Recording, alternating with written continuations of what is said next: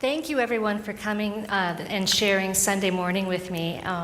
Given that it's so beautiful outside, it amazes me all the more that you're here today. But yay, I'm glad you're here.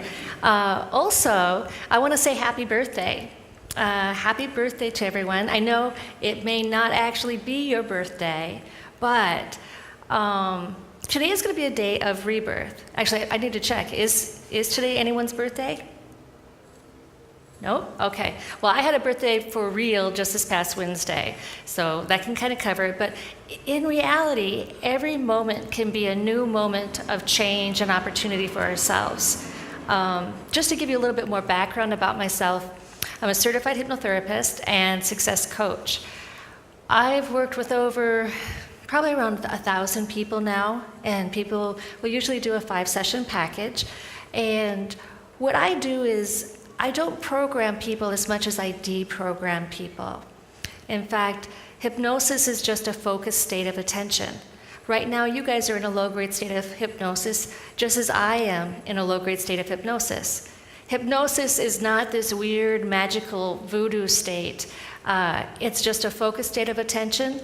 It's actually the way our brain takes in information, records it, and stores it for later retrieval. So a lot of times people ask me, well, can I really be hypnotized? And the answer is, of course. If you can listen and take in information, you can be hypnotized. Now, the interesting thing is, though, is that I use hypnosis to help people de-hypnotize themselves. Hypnosis really is just looking at all the programming inside of our brain. Do you sometimes wonder why you do certain things habitually? Like whether it's eating or smoking, or sometimes you find yourself taking a road or an exit to the old place where you used to work, but not where you work today. You're actually in a state of hypnosis. You're following programming that exists in the past, and that programming is still running today. So that's what I help people do, is I help people take that programming and change it. In fact, you can even call me, instead of a car mechanic, I think I'm a mind mechanic, because I help take what is wise and true about a person today, and we shine it like a light into their subconscious and unconscious part of their brains that haven't gotten the message about how cool they are today. So we help make people more who they really are, more pervasively. Now, in that process, I've come to know a lot about the human mind. As I mentioned earlier, I've worked with 1,000+ people, and so I have over 1,000 brains inside my brain. And I find that I have to work just as hard to help myself change as I do to help my clients change. Change is kind of an interesting thing because it's actually super hard.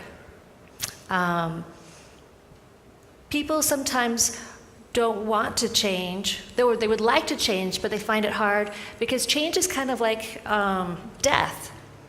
It's the ending of something. And we have such a strong survival instinct within ourselves that sometimes even if something doesn't serve us, we're not as inclined to let go of it. Have you heard of the expression, the devil we know is better than the devil we don't know? That's a case in point. Even if we're, a lot of times people will choose to not leave their boyfriends or their girlfriends because they're afraid that they won't be able to find someone as good as who they're with, even if the person that they're with isn't that wonderful. Or they're afraid that they are not so lovable and they won't be able to find anyone. So you'd rather be with someone, even if that person isn't kind to you or loving to you, you'd rather be with someone versus no one. So our survival mechanism inside of ourselves is really the key of what causes us not to change. I find that the very root thing that drives that survival mechanism is fear of death. People who come to me, typically their fear is that they are not going to be good enough. and that they won't be accepted, that they won't be loved, and then therefore they will die. I've thought a lot about death. In fact, in college, I was listening to an NPR show, and the person was interviewing a mortuary, or someone who does mortuary work, burial of humans. And this person said he found that the world was divided into two camps: those who think about death all the time, and those who never think about death. And of course, the majority of people tend to not think about death. But maybe 30% of the world thinks about death all the time. And I was just shocked, because I had never known that someone else even thought about death. I tended to think about death all the time. In fact, I would imagine how it would feel if I died certain ways. If I were in a car and I got into a car accident, as a kid, I would just try to imagine what that would feel like. I would imagine what it would feel like to jump off a bridge. Now, I didn't want to experience these things, but my brain was just so full of curiosity. You know, what would it feel like? It was almost as if I was practicing it in advance. Yeah, I could tell you all the other ways that I imagined that I could die, but it would be too weird. But hearing this on this radio, all of a sudden I realized, A, I'm not as weird as I thought I was, and B, I'm not alone. Other people think about death. And so then I started thinking about that phenomenon within my brain. I started thinking, why on earth why am I so obsessed about death? In fact, I knew that if I loved someone, or I knew that if I thought about someone's death, that was the way I could tell that I loved them. Yeah, and it was almost like I was practicing the eventual sadness or the eventual grief of them being not on this earth.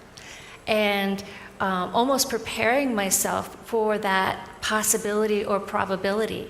And as I started thinking about this more in depth, I realized that actually it was healthy for me to contemplate death, that it made me more appreciative of the people in my life.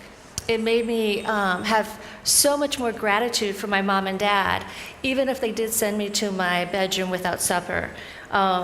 I knew that there was a bigger picture, there was a bigger story than just me holding on to any sadness or anger towards them.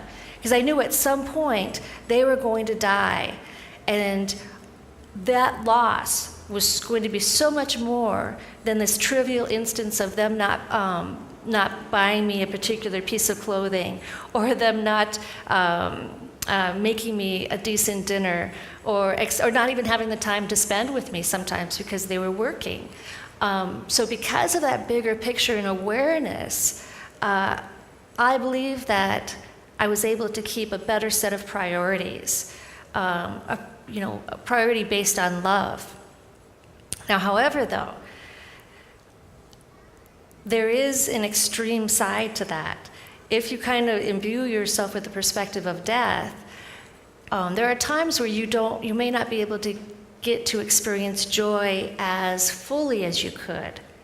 And so I have been practicing putting my brain in that other camp, really valuing being alive, being spontaneous about the action of being alive. Now, I'm really curious though, how many people here think about death or feel like you think about death more than... Fascinating. Hey, wow. Yeah, it's even cool for me to see you guys raise your hands. And for those, actually, does someone want to share? What do you think about when you think about death? Anyone? Transition? Anyone else? Yeah?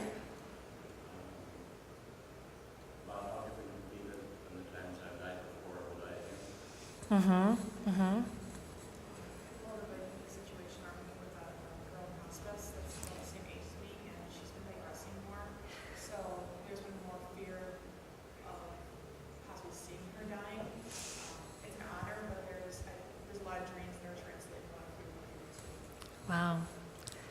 It's fascinating, and it's like right there in front of you. You're not just thinking about it, you're living it.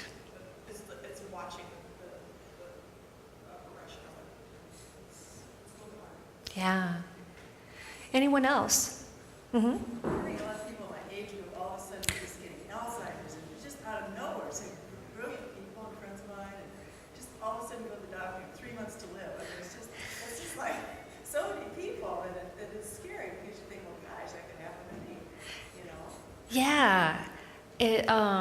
Having just had a birthday, I used to round up when I would have birthdays. So like if I was 35, 6 months before my birthday, I would start saying I was 36. You do that too? Yeah, I'm like, why am I rounding up like that? And then I found out that it's actually an Asian tradition to round up because age is esteemed. And so the older you are, the cooler you are. And I think I'm going to stick with that. But yeah, growing older, it's almost like the cup becomes more empty in a way, and it actually should be perceived as full. It's like, if we only have 3 months to live, that seems like, like a small amount of time. But when you perceive how much life you've gotten to live in the first place, that's what's really valuable. I read a statistic just recently, and essentially, they say that we live 27 years asleep.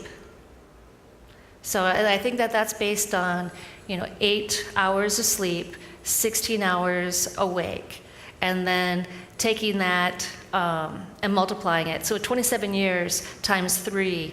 So I guess they're thinking that we'll live to 81. So, but 27 years asleep. Is that not crazy? Yeah.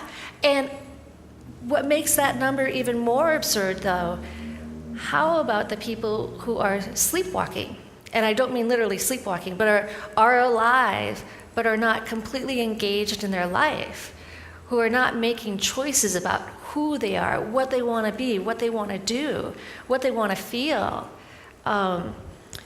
So when I saw that number, I was like, wow, that's 27. I mean, and I love to sleep. I'm a rock star at sleeping. If there were Olympic sport for sleeping, I'd be getting gold medals all the time. And I mean, literally, I could go into that corner right now and pop a nap, You guys would have a fun time watching me. But I literally can fall asleep like that. And so when I realized 27 years, oh my God, what could you do with that time? But it makes me even more cognizant of what I'm going to do with the other 2/3 of my day. Because sleep is good. You need sleep. Sleep is the time when your brain gets a chance to reorganize what's inside of it. Dreams are very, very important. Sometimes people consider death or sleep as like a mini death or death in miniature as well. But it's actually a time when we can sometimes become more alive. From a hypnotherapeutic perspective, what I understand about sleep is that in that sleep state, it's essential. We need sleep in order for our body to just kind of rest, but it's also an opportunity for the brain to analyze what's been happening, because the matrix of the mind starts to relax. You actually go through a hypnagogic state on your way to that deep REM sleep. And then in that REM sleep, at the point where we dream, that's when we do a compare and contrasted analyzing of what has happened during the day or what has happened in our life.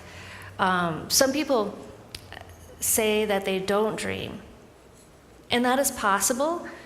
Sometimes as a society, we don't get enough sleep. Many people are sleep exhausted, or sleep deprived? How many people here have a challenged sleep? Yeah? Sorry, I didn't mean to brag about how well I sleep. I didn't realize there were so many people here who had challenges with sleep. The thing that I can say about sleep is let yourself sleep whenever you're tired. Don't feel like you have to sleep at night and that's the only time you have to sleep. If you need to take a nap in the middle of the day, that's a really good choice to make. Any sleep is good sleep. One of the other things, though, too, going back to the purpose of dreams, because we go into hypnagogic state as we go into the process of dreaming, our brain is comparing and contrasting. In fact, it's like our brain is this great big database, and the dreams are as weird and as bizarre as it can get, just so that our brain can understand and put into perspective what it's experiencing. But our dreams can be kind of scary, though, because it is so extreme. It is so exaggerated. Like the other night, I was driving a bus, and and then I turned into a doctor. Like, what does that mean? Well, on some level, your dreams are essentially your id asking you a question. It's asking you, what is this? What is this? What does this mean? How does this fit into my world? Where am I going with this?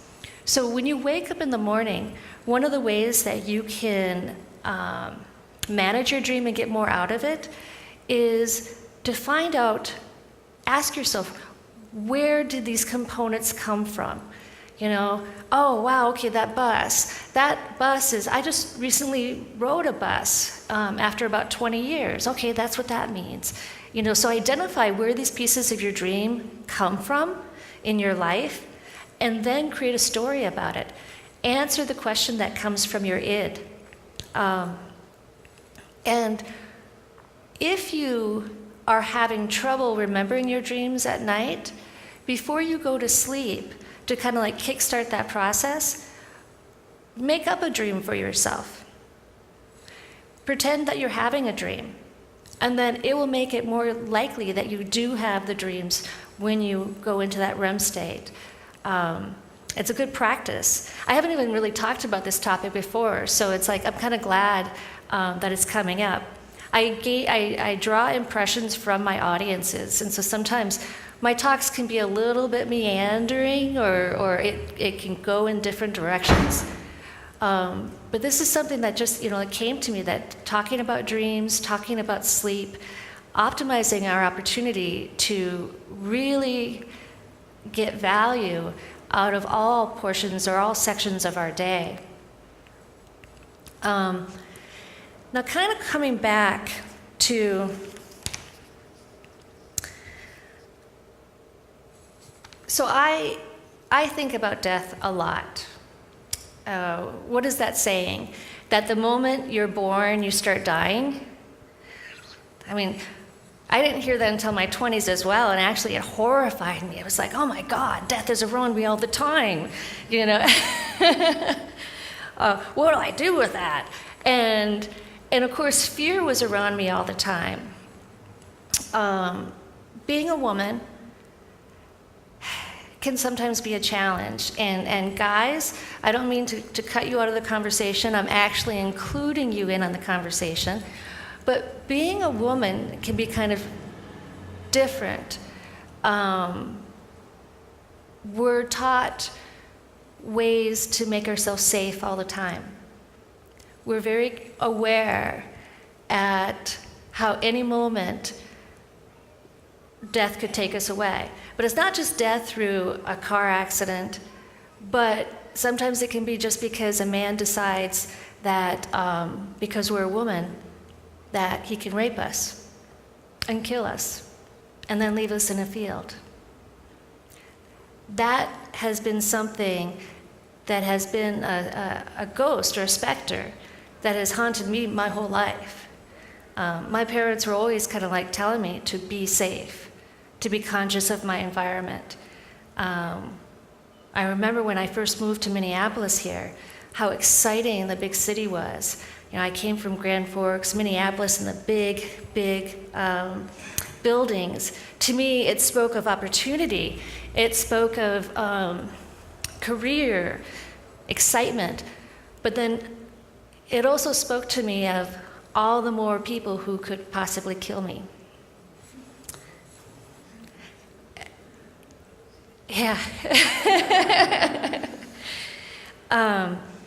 It was very rare that, like I used to garden in my old home and a place over in Lake Nokomis, and normally I would always be like aware of my environment. Who could possibly walk up on me? And fortunately, though, there was this wonderful collie dog that lived next door, and so whenever I was in the garden, the dog would watch out the window for me. And he would bark if any intruder or anyone was walking down the sidewalk. So it was like, oh my God, I get to be outside in this little oasis of space, and I've got a little guard dog for myself. But, so one of the reasons why I mention this is that even now in India, there's so many women who are just being randomly raped and murdered just because they're female. And they have created the crime of being a female. And it's okay for someone to go and rape them. It's okay. And I'll say it's okay for men to go and hang them. Women aren't doing that to other women. And the sad thing about it is, though, is that it doesn't have to be that way. But I think it's even more importantly, women should stop being afraid. And we should go out and we should start doing the activities that we should be doing. Now, I'm not advocating going out and, running at night. It's funny, I see so many guys that they get to go running at night. I would love to be able to run at night, no sunburn, cool air, different ways of seeing trees, etc. That would be so fun. But I can't run at night because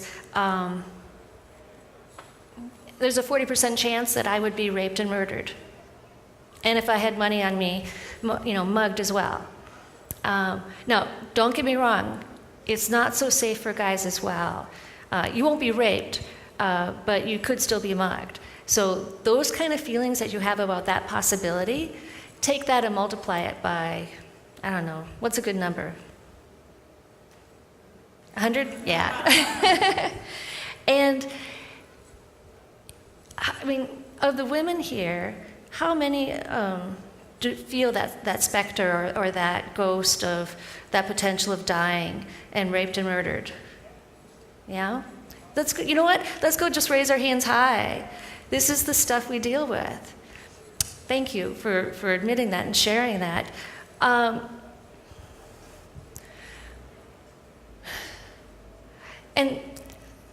the guys here in this audience, thank you for being here.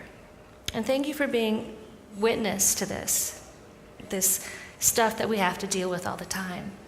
I know that you guys are part of the good guys that would stop. If you came across something like that, you would stop it. You would take the time to walk a gal to her car. You would take the time to escort her if she needed to be escorted. So I really appreciate that. One of the things, though, that I did recently, I looked at that and I decided, you know what? I'm so tired. I am getting teary-eyed about it. I'm so tired of being afraid. It stops us from living our life. And so I decided that no matter however I die, I've already forgiven however it happens or whoever does it. Whether it's a car accident or if I am murdered, I just don't care anymore. I've already forgiven that person, And I mean, not that I want this to happen, of course. and I'm also the kind of person, though, that does not believe talking about something will cause it to happen. That's one of the reasons why people are afraid of talking about suicide. They're afraid that if they talk about suicide, oh my God, someone might actually commit suicide. It might put ideas into people's brains. It might make children think about suicide as an option. And understandably, to a certain degree, because sometimes one suicide can lead to another suicide. There have been studies that are done that if a high school has one or two suicides, they're more likely to have additional ones. But the reality is, though, not talking about suicide actually causes more suicide. So me talking about forgiving however or whatever circumstances are going to be behind my future death, I'm not worried that suddenly that's how it's going to happen, you know. I mean, we're all going to die. Whoa, gee, I'm psychic.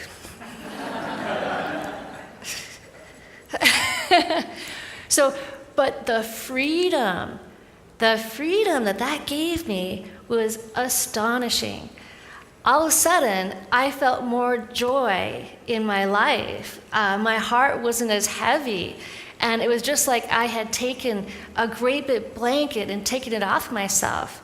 And you know, actually, before I even did that, how many people here have parents who are afraid for, you know, like your parents talk about their fear for you? How many people? Yeah. All right. Yeah. I mean, the big thing, and even you as parents, I would say the biggest gift that you can give your children or the people in your life is stop being afraid for them. Amen. Yeah. And the purpose for that, though, is it seems that people are afraid for you because they don't want you to die. And it's actually a way of saying that they love you. But you know what? Spend your energy just saying, I love you. You know, because to be afraid of someone dying, that's like, I don't know, thinking that you're going to a rock and roll show, but you stay inside your room. You know, it's a weak approximation of life. It's a weak approximation of love. So if you love someone, just go ahead and love them. Don't be afraid of their death. Don't caution them too much. Encourage them to get out and to embrace life, especially your children. So right now, I want you to imagine, and if you want to do the arm motions too, that would be awesome. But go ahead and you can close your eyes and think about all the cautionary tales your mom and dad told you. Think about all the scary things that they warned you about, like, oh, don't cross the street without looking both ways. Don't eat peanuts because you might be allergic to them. Those kind of stuff. Go ahead and spend like 2 moments closing your eyes and thinking about it. And then take that fear, wherever it is in your heart or wherever it's stored in your body, and imagine yourself picking it up and taking it off your body and just placing it on the ground. Whenever you're ready, just go ahead and feel yourself doing it.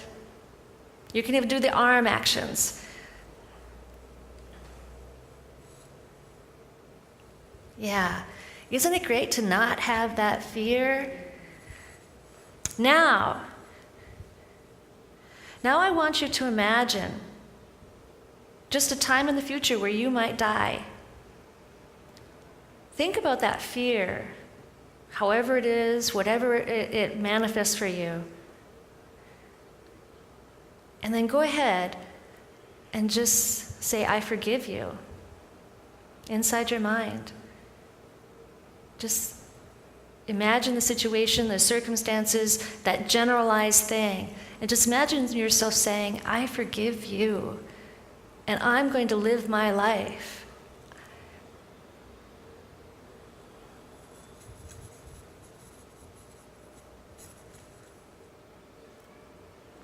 And At any moment, you can just allow yourself to emerge. It's very ironic that we spend 95% of our life fearing the things that never happen. It's so absurd. Phobias are another kind of fear. Phobias of spiders. Phobias, I used to have a phobia of vomiting. You guys probably just think I'm the weirdest person in the world. But if I can confess this stuff, anyone can confess anything. Anyone can have compassion for anything. But yeah, I used to have a fear of vomiting. It's in the context of my fear of vomiting. To me, it showed something that was out of control, that there was chaos. And so it made it frightening for me. And also, it is kind of unpleasant and messy. But the irony of that, though, is that vomiting is really just our body's way of protecting ourselves. Vomiting is about survival. Something in our body isn't compatible with it, and that's why we throw up. That's why we get rid of it. But after a lot of thinking, I realized the fear of vomiting just didn't serve a purpose. Now I had to heal a lot of things underneath it, fears, sadnesses, but I think that there are times when you can consciously correct yourself. There are times that you can actually access your subconscious and your unconscious mind. People think of their unconscious, the unconscious mind is the autonomic nervous system. It's what controls or governs our blinking, our heartbeat. It's all those things that we really don't want to pay attention to. The subconscious mind is essentially our memory. And people think that, the subconscious is so dark and deep, and it's really not as accessible to me as I think it is. But it's actually the opposite. Anytime you have a memory, you're accessing your subconscious. We're in our subconscious almost 100% of the day. Our conscious mind is really just the point guard, throwing the basketball into the hoop. There's like 5 to 7 things in our conscious mind at any given moment. So at any time we access our subconscious, its memories, emotions, we can change the details associated with those memories and emotions. And that's what I essentially did with my fear of vomiting. So it's amazing, though, how often memories can cause us pain. In fact, my mom, who's a wonderful person, who has changed and evolved a lot over time, she still has these memories of her mom that cause her pain and anger, mostly anger. And my mom is, how old is she? 85, born in 35, so that makes her like 85. But she's got so much energy. But there are times when she talks about her mom and the pain, the anger. And you know what? Guess what? If she's 85, well, grandma's dead. And it's amazing that this dead person can actually cause so much energy today. It's crazy. My mom, she'll think about these events from her childhood, and she keeps on feeding them. She keeps on feeding her anger, her fear, her distrust. And one time I actually said, Mom, Granny's dead. And she's like, well, yeah, I know, but these things still happened. Yeah, but aren't you're feeding them, and you're actually setting a whole table for it. You're setting a banquet for this anger. And this woman who you think caused you grief, well, I experienced her in a different way. Would you want me to treat you, would you want me to be still mad at you for something that you had done when I was a child? And she's like, well, no. because I'm a different person today. And I said, yeah, you are a different person today. In fact, one exercise that I did for myself, both my mom and dad are alive, and I feel very fortunate for that. But I have actually imagined their death. And it wasn't so that I could kill them. It was more so that I could put to rest some of the emotions that I felt about them and some of the things that I needed to reframe. And so by actually killing them in my mind, I mean, I didn't actually physically kill them, but what I did is I imagined them being dead.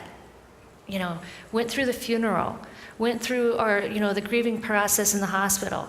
And actually, my dad's been in the hospital like 7 times, so he's actually super healthy now. But I've had a lot of experience with seeing him on a hospital bed, wondering, is he going to still be alive?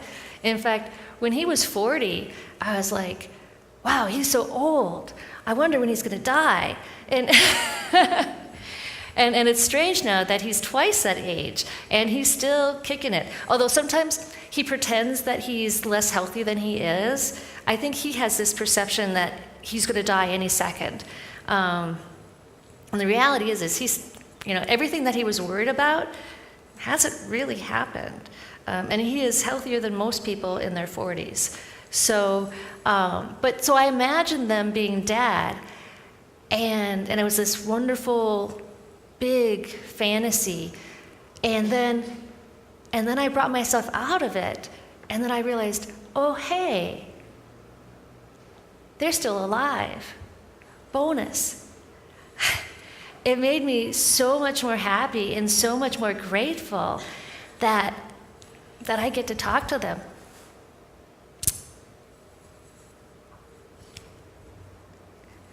So let's do this exercise if you'd like to. Go ahead and close your eyes. And I know this is tough. If you do feel tears come to your eyes, just like I did, think of it as a healing. That some part of your brain where it's sad has gotten new wisdom, and it's changed and you have changed. So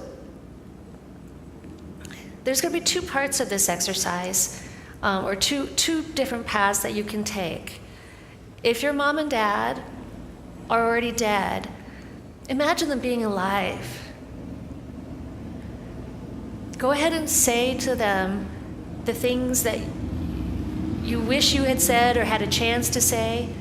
Maybe they're not nice things. Maybe you're saying to them, I wish you would have given me more freedom, or I wish you would have trusted me more.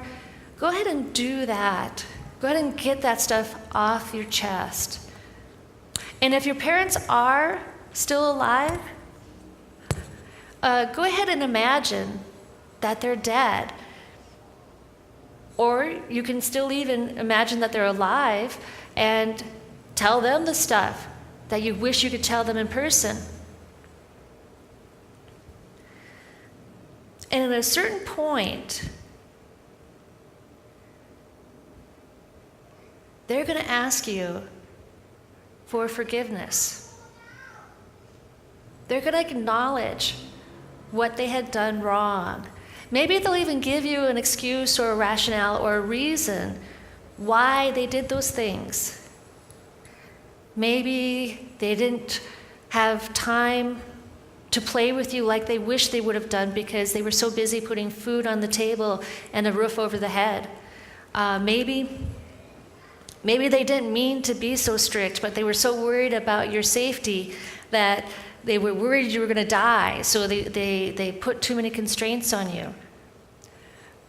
Go ahead and let them apologize. Let them acknowledge what you know to be true.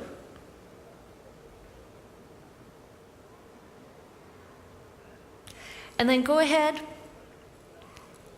and allow yourself to forgive them. Now, this forgiveness isn't for them.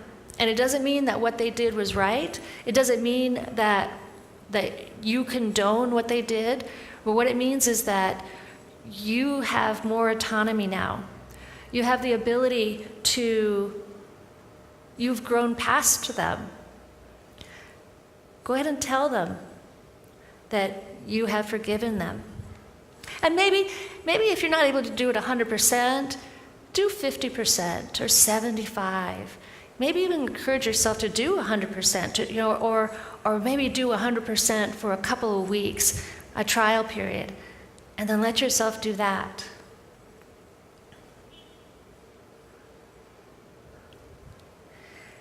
And then if you'd like, if it seems reasonable to you, go ahead and give them a hug.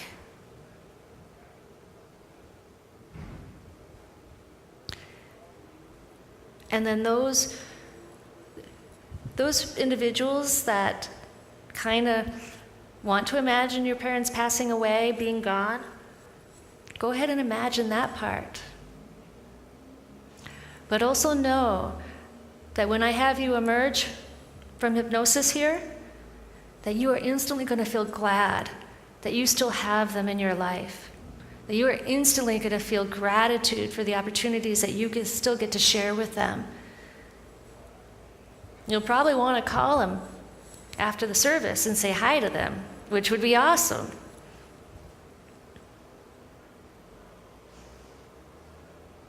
And now, at your own pace,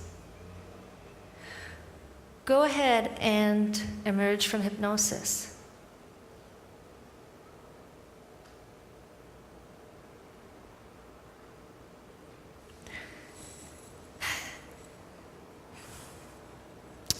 Thank you guys for participating in that.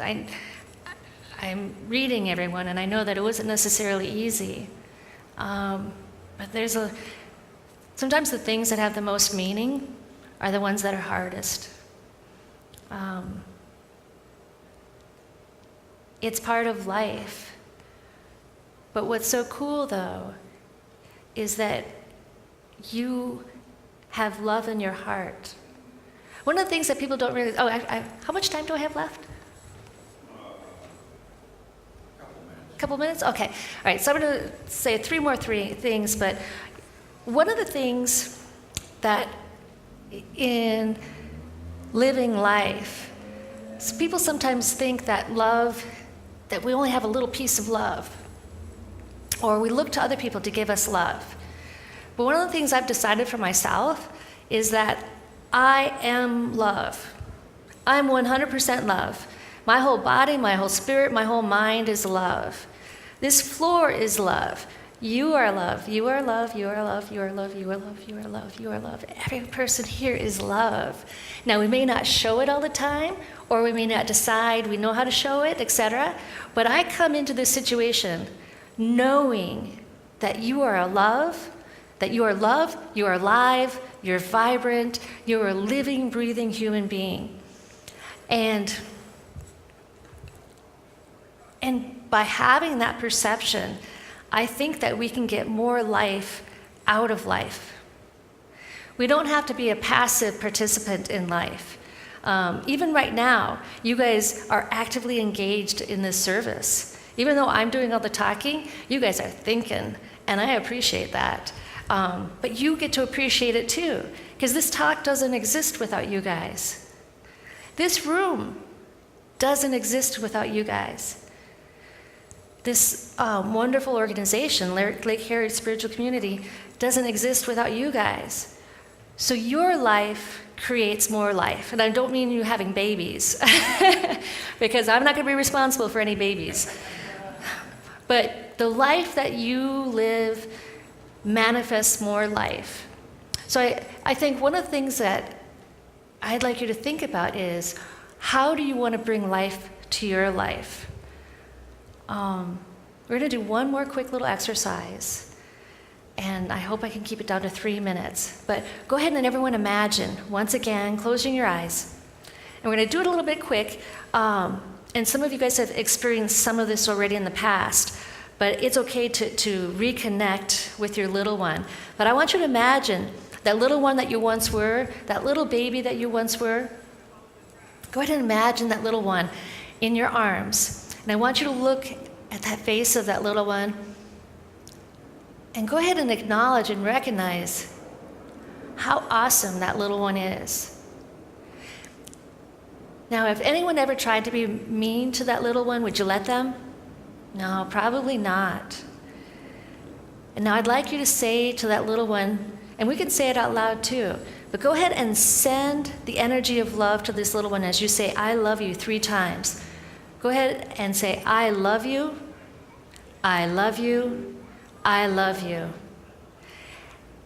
And that little one recognizes that love, that energy, that connection, and takes that energy into itself. And that little one becomes so small now that it can fit in the palm of your hand. And you place that little one right next to your heart, where you can always be in contact with that little one. And if you would like, you can even imagine your soul as part of that.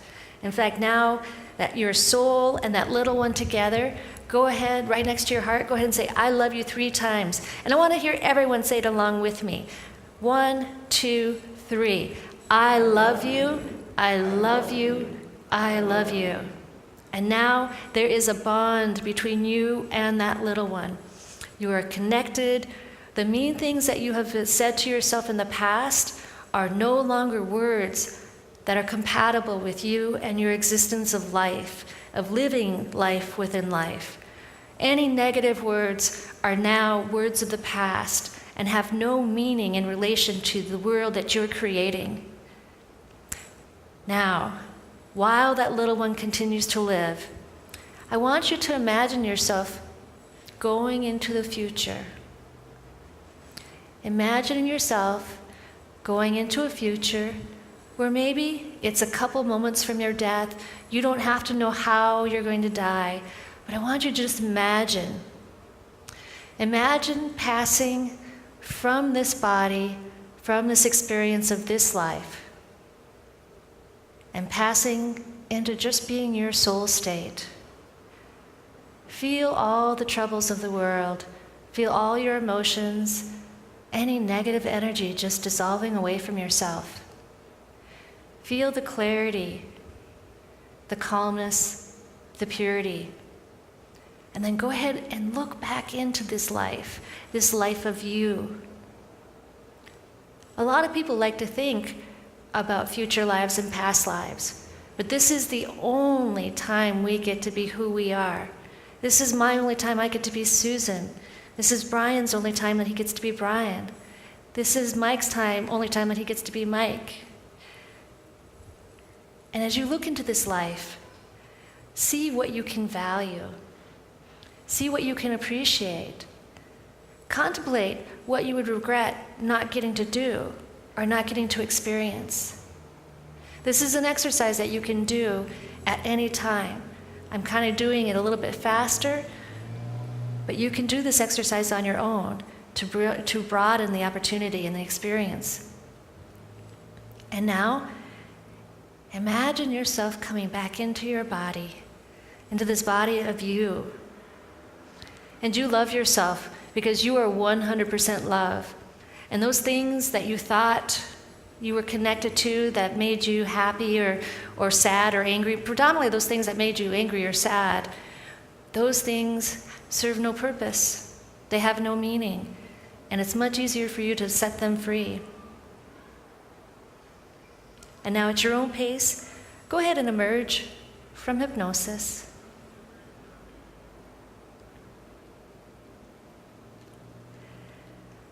Happy birthday, because you've just been reborn.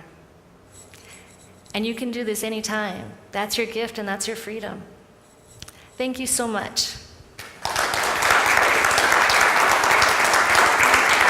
Yeah, but no, what's going to happen is you're going to look at each other and say, I love you. But we're going to add one other thing to it. We're going to say, happy birthday.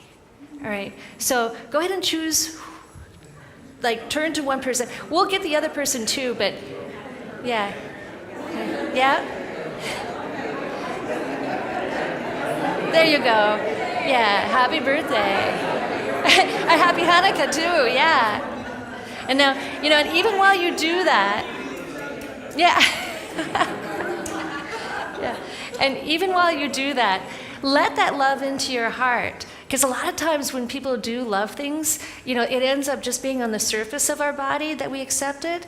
So actually, Send love to that person as you say it, and the person on the receiving side, receive that love into your heart. All right, now do it again. Say, I love you, happy birthday.